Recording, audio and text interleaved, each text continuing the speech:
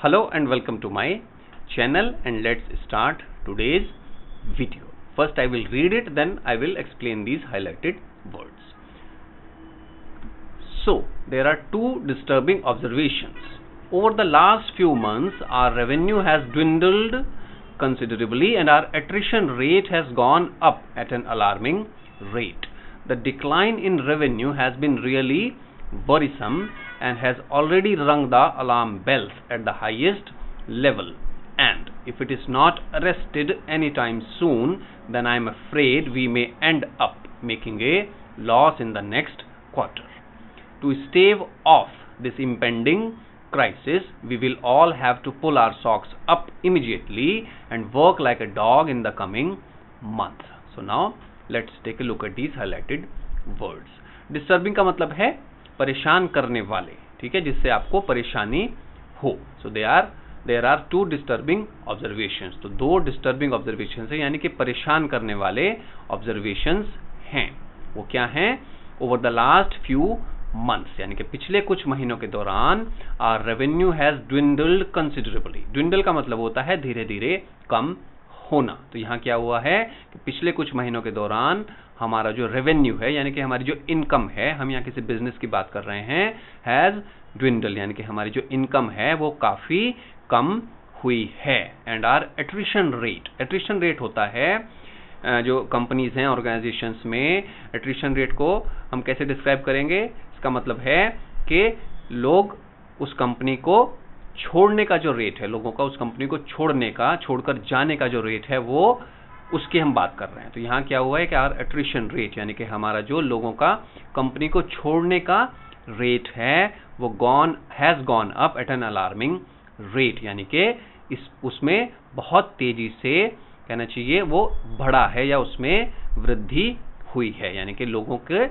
Company छोड़ के जाने की जो रफ्तार है वो बहुत तेजी से बढ़ी है. कितनी तेजी से? एट एन अलार्मिंग रेट, यानी कि अब वो चिंता का विषय बन गई है. तो अलार्मिंग रेट का मतलब हो गया कुछ ऐसा इस गति से या इस स्पीड से या इस रफ्तार से होना कि चिंता होने लगे. द डिक्लाइन इन रेवेन्यू में जो कमी आई है हैज बिन रियली वरीसम का मतलब होता है चिंताजनक, यानी कि जो रेवेन्यू में कमी आई है इनकम में, वो वाकई चिंता के लायक है. And has already rung the alarm bells. Ring the alarm bells का मतलब होता है कि खतरे की घंटी बजाना, यानी कि उससे लोगों को अब अलर्ट होने की जरूरत है. तो जो रेवेन्यू में डिक्लाइन है वो चिंताजनक है और उसने पहले ही रंग द अलार्म बेल्स, यानी कि उसने चिंता की जो खतरे की घंटी है वो बजा दी है. यानी कि मतलब क्या हुआ कि लोग अब उस पर ध्यान देने लगे हैं. Okay, at the highest level, यानी कि जो टॉप मैनेजमेंट है उसको बात समझ में आ गई है कि कुछ ना कुछ गड़बड़ है. And now something needs to be done. And if it is not arrested any time soon. यहाँ अरेस्ट का मतलब है रोकना. एक दूसरा मीनिंग होता है अरेस्ट का, वो होता है पकड़ना. That police have arrested the accused. वहां उसको पकड़ा गया है. लेकिन अरेस्ट का एक और मीनिंग होता है, वो है रोकना. तो यहां हम क्या कर रहे हैं?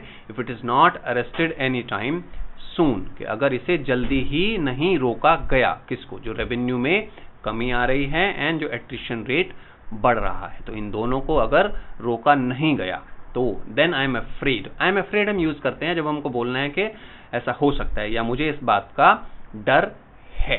Then I am afraid we may end up making a loss in the next quarter. End up का मतलब होता है पहुंचना या होना, अंत में वैसा होना या समाप्त होना, खत्म होना. So we may end up, यानी कि हम making a loss in the next quarter. तो मुझे डर है कि हम अगले क्वार्टर में लॉस कर सकते हैं, हमें लॉस हो सकता है. टू स्टेव ऑफ का मतलब होता है टालना या कुछ रोकना.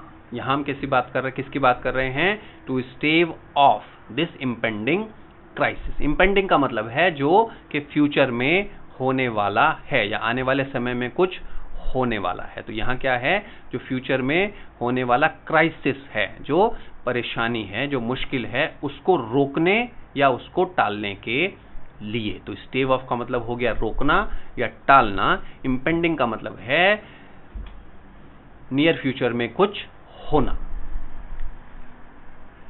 We will all have to pull our socks up. Pull one's socks up का मतलब होता है काम के तरीके में सुधार करना या मेहनत करना, ये इसका मतलब है। Pull up our socks. So you need to pull your socks up if you want to succeed in this exam. यानी कि अगर तुम्हें इस एग्जाम में सफल होना है तो तुम्हें अपने काम करने का तरीका सुधारना पड़ेगा या बहुत मेहनत करनी पड़ेगी। तो यहाँ हम क्या कह रहे हैं कि अगर हमें ये जो खतरा हमें दिख रहा है आने वाले टाइम में हो सकता है, उसको रोकने के लिए या उसे टालने के लिए हमें अपनी मेहनत जो है वो अपना काम करने का तरीका सुधारना पड़ेगा या हमें और मेहनत करनी पड़ेगी। And work like a dog in the coming months, यानी कि बहुत ज़्यादा मेहनत हमें आने वाले महीनों में करनी पड़ेगी। तो पुल आवर सॉक्स अप का मतलब हो गया अपने काम के तरीके सुधारें, और वर्क लाइक ए डॉग का मतलब हो गया बहुत ज़्यादा हार्ड वर्क करना। ओके, सो इसके जो हाईलाइटेड वर्ड्स हैं इसको एक बार फिर से हम देख लेते हैं। डिस्टर्बिंग, परेशान करने वाले। ट्विंडल का मतलब है, ये एक वर्ब है। ट्विंडल का मतलब है कमी होना, धीरे धीरे कुछ कम होना। एट्रिशन रेट हम बात करते हैं जब किसी कंपनी की, ऑर्गेनाइजेशन के लोगों के नौकरी छोड़कर जाने का जो रेट है, यानी कि कितने लोग नौकरी छोड़कर जा रहे हैं, उसको हम बोलते हैं एट्रिशन रेट। वरीसम, चिंताजनक। रिंग द अलार्म बेल्स, खतरे की घंटी बजाना। अरेस्ट का यहाँ हमने मीनिंग है यूज किया है इसको रोकने के लिए। एंड अप, होना। स्टेव ऑफ, रोकना या टालना। इम्पेंडिंग, नियर फ्यूचर में कुछ होना। पुल आवर सॉक्स अप, इसका मतलब होता है अपने काम के तरीके में सुधार करना। And work like a dog का मतलब है बहुत ज्यादा मेहनत करना। So I hope this video helps you in learning these new words, idioms and phrases. If you like this video then please press the like button, channel को subscribe कर लें, and share the video if you want to. Comment, you can if you like it then you can also put a comment there. Thank you so much for watching and bye bye for now. Let me now stop it.